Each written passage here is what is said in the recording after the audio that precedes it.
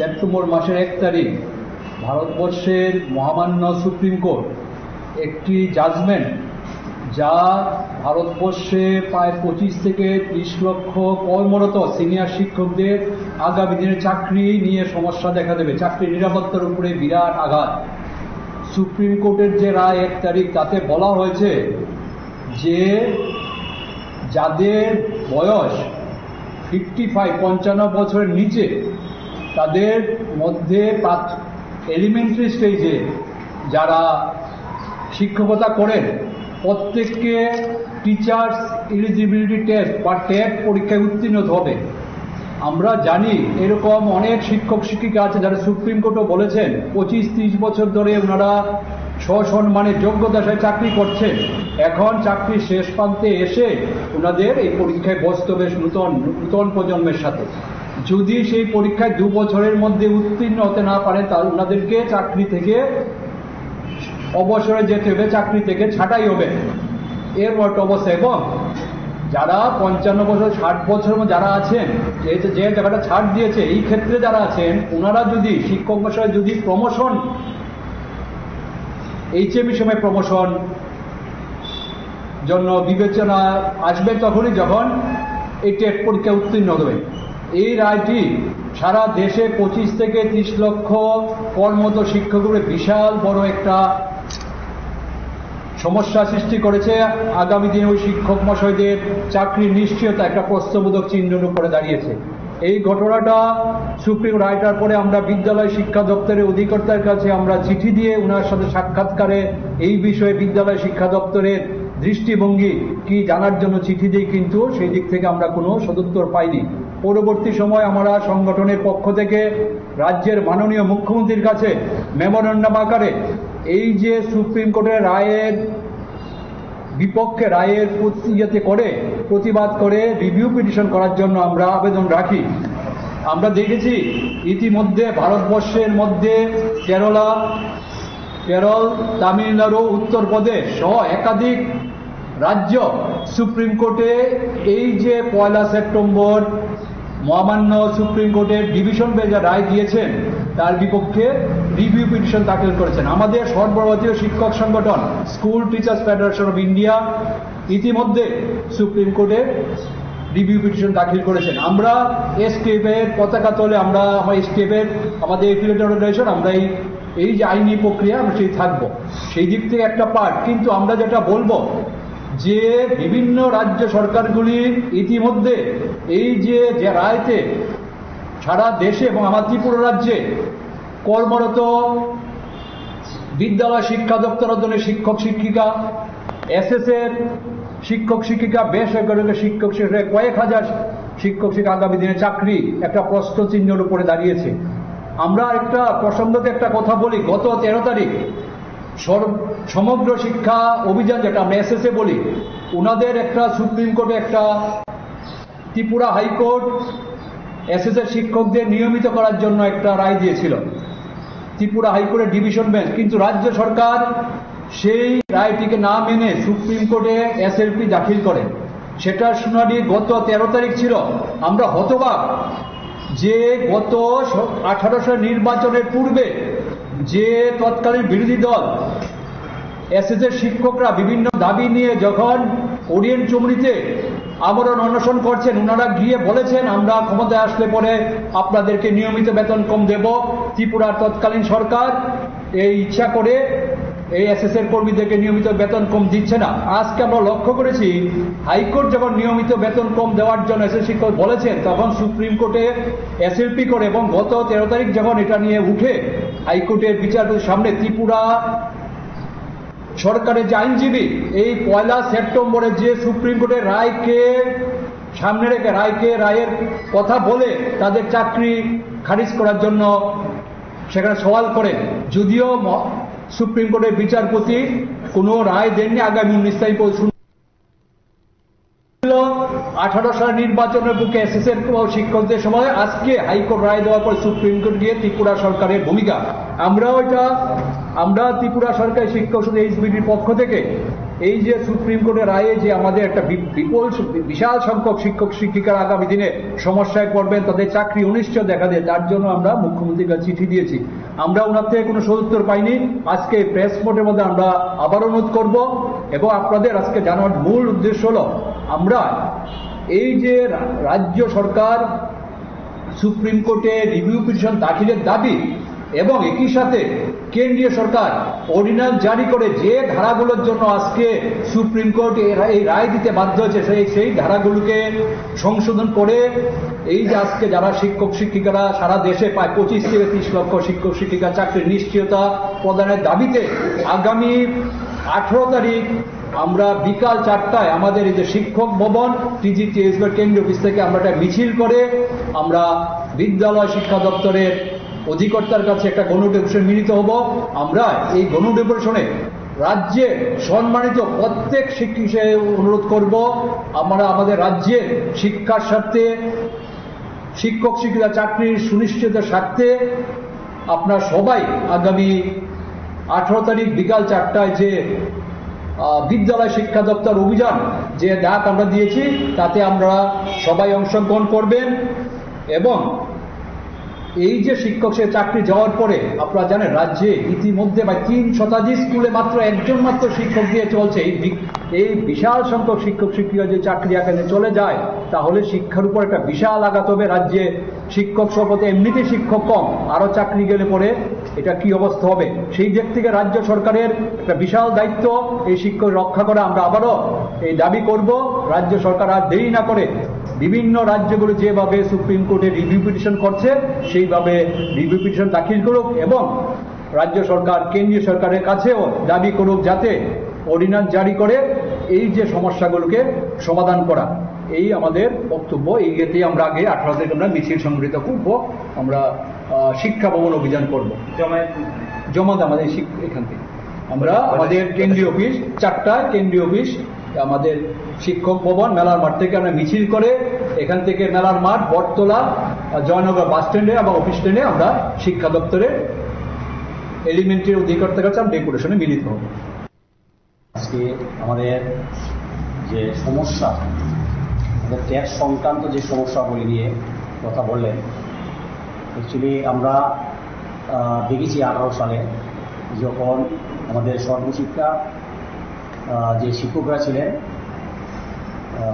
এবং 10,323 যে শিক্ষকরা ছিলেন বা অনিয়মিত কর্মচারী যে আরও ছিলেন, তাদেরকে বিভ্রান্ত করার জন্য তাদেরকে পথে নামিয়েছেন। আমরা তখন বলেছিলাম যে লোক দেখিয়ে তাদেরকে পথে নামিয়েছে, সেই লোকটা যদি সংগ্রহণ করতে না পারে তারা ভুল পথে পরিচালিত হচ্ছে। কিন্তু একটা অংশ সেই কথা শোনেনি। আমরা সর্বশিক্ষার এখনও 4,905 জন শিক্ষক আছেন যারা দীর্ঘদিন সরকারের সাথে আলোচনা করার পরও সরকারের প্রতিশ্রুতি ছিল, ভীষণ ডকুমেন্টে ছিল যে গভর্নমেন্ট আসলে তার পরেই যত প্রকার প্রতিবন্ধকতা থাকুক না কেন সব কিছু পরিষ্কার করে নিয়ম নীতি মেনেই তাদেরকে রেগুলার করা হবে। এবং আপনারা লক্ষ্য করেছেন ত্রিপুরার যে তৎকালীন সময়ে যারা বাইরে থেকে এসছেন তারা সবাই এই কথাগুলো বলেছেন। আসামের মুখ্যমন্ত্রী তো বলেছেন যে আমরা আসামে দিয়ে দিয়েছি সর্বশিক্ষা শিক্ষকদের, আমরা নিয়মিতকরণ করে দিয়েছি। কিন্তু পরবর্তী সময় আপনারা দেখছেন উনি বলেছিলেন ঘুমাকে সালানা আমরা দিয়ে দেবো তাদেরকে। যে জিনিসটা লক্ষ্য করলাম যে এই সর্বশিক্ষা শিক্ষকদের প্রথমেই তারা অনেক ডেপুটেশন থেকে সরকারের সাথে কথা বলা হলো না। যখন মাননীয় আমাদের যে হাইকোর্টের রায়ের পরিপ্রেক্ষিতে, বিচার রায়ের পরিপ্রেক্ষিতে বলা হলো যে তাদেরকে নিয়মিত করতে হবে। এখানে 3টি ভাগে ভাগ করা হলো। গ্রুপ 1-এ যারা সার্ভিস এন্ট্রি থেকেই ডিএলএড এবং বিএড করা আছে তাদের 10 জনকে সেখানে রেগুলার করা হবে, 10 জনকে রেগুলার। গ্রুপ 2 নাম্বার গ্রুপের মধ্যে চাকরি পাওয়ার পর যারা ডিএলএড করেছেন তাদের স্কেল দেওয়া হয়েছে 3% ইনক্রিমেন্ট, কিন্তু বাকি ডিএ, গ্র্যাচুইটি লিভ এনক্যাশমেন্ট এবং পেনশন কিছুই তাদের দেওয়া হয়নি। তার জন্য তারা সেখানে দাবি করছে, আন্দোলন করছে। গ্রুপ 3 নম্বরে সেখানে বলা হলো যারা ডিএলএড করেন নাই এবং চাকরি 19 জুন 2011 পর তারা কিছুই পাননি।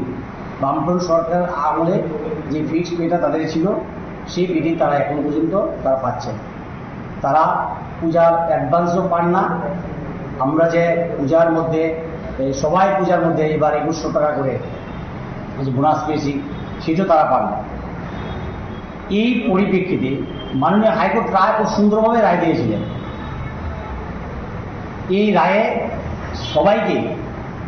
সবাইকে রেগুলার করার কথা।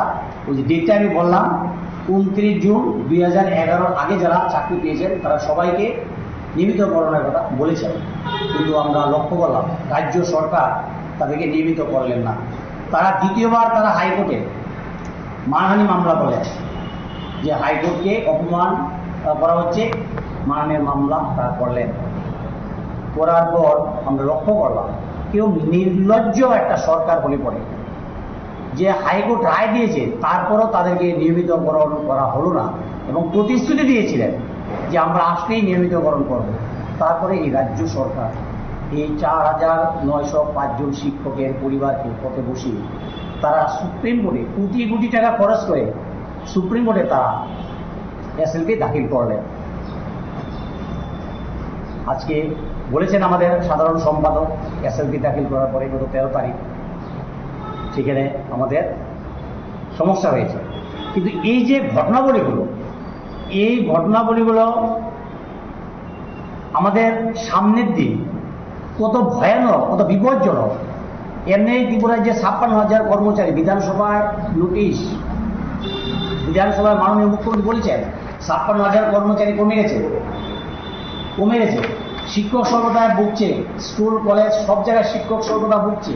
ত্রিপুরা যে 302টা স্কুল একজন মাস্টারমশাই দিয়ে চলছে, আমার কথা না, যে বিধানসভায় মাননীয় মুখ্যমন্ত্রী যে জবাবি ভাষণ তিনি বলেছেন কলেজগুলো বন্ধ হয়ে যাচ্ছে শিক্ষকের অভাবে। সেই জায়গায় সর্বশিক্ষাদের ন্যায্য দাবি তারা উপযুক্ত ভূমিকা পালন করছে। কিন্তু দেখা গেল যে তারাও সেখানে যেতে বাধ্য, তারাও যেতে গেছে বাধ্য হয়েছে এবং তাদের খুব কষ্ট হচ্ছে। তারা টাকা কালেকশন করছে, তাদের খুব কষ্ট হচ্ছে। তাদের মধ্যে কিছু ট্যাগ দিয়ে পেয়েছেন, কিছু ট্যাগ দিয়ে টিআরবিটি দিয়ে তার মধ্যে একটা অংশ পেয়েছেন, বাকিগুলো যেটা রায় দিয়েছে রায়ের পরিপ্রেক্ষিতে সেখানে দেননি। আমরা দাবি করছি রাজ্য সরকারের কাছে অনতি বিলম্বে তাদেরকে রেগুলার করা হোক। তাদের যে তৃতীয় তিনটা ক্যাটাগরিতে ভাগ করেছে, ভাগ না করে সবাইকে সেখানে রেগুলার করা হোক এবং তাদের সার্বিকভাবে সমাজের অন্যান্য মাস্টারমশাই যেটা বলতে বাধ্য হচ্ছি 217 জন যারা চাকরি করতেন 217 জন না ফেরার দেশে তারা চলে গেছে। আপনারা একটু যদি লক্ষ্য রাখেন 2323-এর যে পরিবারগুলো, এই মাস্টারমশাইরা বাজারে 500 টাকা 700 টাকার সবজি নিয়ে বসেন বেচার জন্য, চার দোকানে চা বিক্রি করেন, মাছ ব্যবসা করছেন, অল্প মাছ কিনে নিয়ে ব্যবসা করছেন। সেখানে বিভিন্ন জায়গায় তারা অনলাইনে কাজ করার চেষ্টা করছেন, 10টা কাপড় কিনে বিক্রি করার চেষ্টা করছেন। তাদের পরিবারের অবস্থা, তাদের ভয়াবহ অবস্থা, তাদের পরিবারে অনেকেই রোগাক্রান্ত, কর্মক্ষম হারিয়ে ফেলেছেন, মানসিক অবসাদে ভুগছেন তারা। এই 2323 কি বলেছিলেন তো আসলেই আমরা দিয়ে দেবো 2323 রেগুলার করে দেবো, যে আইনি জটিলতা সব দূর করে আমরা দিয়ে দেবো, এমনি যদি সিদ্ধান্ত নিয়ে দিয়ে দেবো। তাদের নিয়ে অনেক খেলা খেলেছে, কিন্তু আমরা কি দেখতাম প্রতিশ্রুতি খেলা করলেন। প্রথমে আমাদের প্রথম যে মুখ্যমন্ত্রী বিপ্লব কুমার দেব, তিনি তদন্ত কমিশন বসিয়েছিলেন যে কেন তাদের চাকরি গেল, কিছুই বের করতে পারলেন না। সুপ্রিম কোর্টে রায় দিয়েছে যে আনকনস্টিটিউশনাল। আপনারা জানেন সেখানে যে রাজ্য সরকার 30% চাকরি নির্দেশ দিয়েছিলেন, সেটাই সুপ্রিম কোর্ট ধরেছিল, মেইন পয়েন্টে ধরেছিল। উনি তদন্ত কমিশন বসালেন। মানিক শাহ এসে এবি পালের নেতৃত্বে, সুপ্রিম কোর্টের প্রাক্তন বিচারপতি এবি পালের নেতৃত্বে 3 সদস্যের কমিটি বসলেন তাদের কিভাবে কি করা যায়। এবি পাল 2323-এর পক্ষে রায় দিলেন, বললেন, কিন্তু এখন পর্যন্ত সেই রায়, এবি পালের যে তদন্ত, সেই তদন্তের পরিপ্রেক্ষিতে রাজ্য সরকার কোনো ভূমিকা নিলেন না, সেখানে। তো এই 2323 তারা এখন বিভিন্নভাবে একটা সমাজের শিক্ষকতা, একটা জায়গায় চাকরি করলে তারপর হঠাৎ করে যদি বাড়িতে চলে যায়, কি অবস্থা। আমরা দাবি করছি এই 2323-এর এখনই তাদের বিকল্প কর্মসংস্থানের ব্যবস্থা করা হোক, নাহলে তারা এই 217 জন নাম ফেরার দেশে চলে যাচ্ছে। আগামী দিন আরো অনেক, এখনো তাদের 8,000-এর মতো তারা আছেন, তারাও হয়তো সেদিকে চলে যাবেন। তাদের পরিবারকে বাঁচানোর জন্য আমরা বিনীতভাবে রাজ্য সরকারের কাছে আমরা আহ্বান জানাচ্ছি। আমরা আরেকটা জিনিস লক্ষ্য করছি, আপনারা দেখেছেন যে আমরা শিক্ষক কর্মচারী যে অধিকার, আমরা 7 পে কমিশন দাবি বলেছিলেন আমরা আসলে 7 পে কমিশন দেব, কিন্তু আমাদের 7 পে কমিশন দেয়নি। 7 পে কমিশনের আমরা গ্র্যাচুইটি 20 লাখ টাকা পাওয়ার কথা, চাকরির আমরা যে 20 বছর চাকরি করার পরে আমাদের পুরো সুযোগ সুবিধা পাওয়ার কথা, আমরা বেতন এবং ভাতা বৃদ্ধি পাওয়ার কথা, কিন্তু আমরা কিছুই পাইনি। শুধু 0.32 আমাদের যে ফিটমেন্ট বেনিফিট সেটা দিয়ে বলে প্রচার করেছিলেন যে আমরা 7 পে কমিশন দিয়ে দিয়েছি।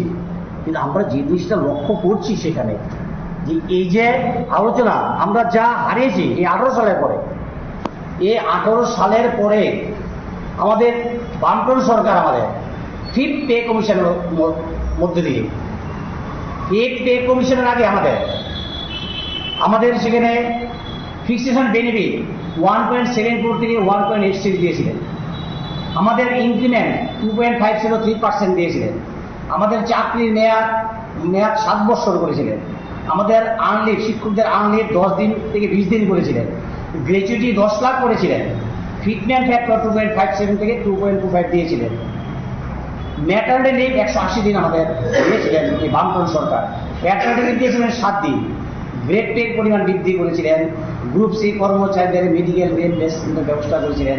সর্বত্র একটা গণতান্ত্রিক পরিবেশ ছিল, যে পরিবেশের মধ্যে যারা ফেডারেশন করতেন তারাও টেবিল চাপড়িয়ে বলতেন রাজ্য সরকার 3% দিয়ে দিয়েছে, আমাদের ভিক্ষা দিয়েছে, তারা বলতেন, তাদের কোনো ভয় ছিল না, ভীতি ছিল না।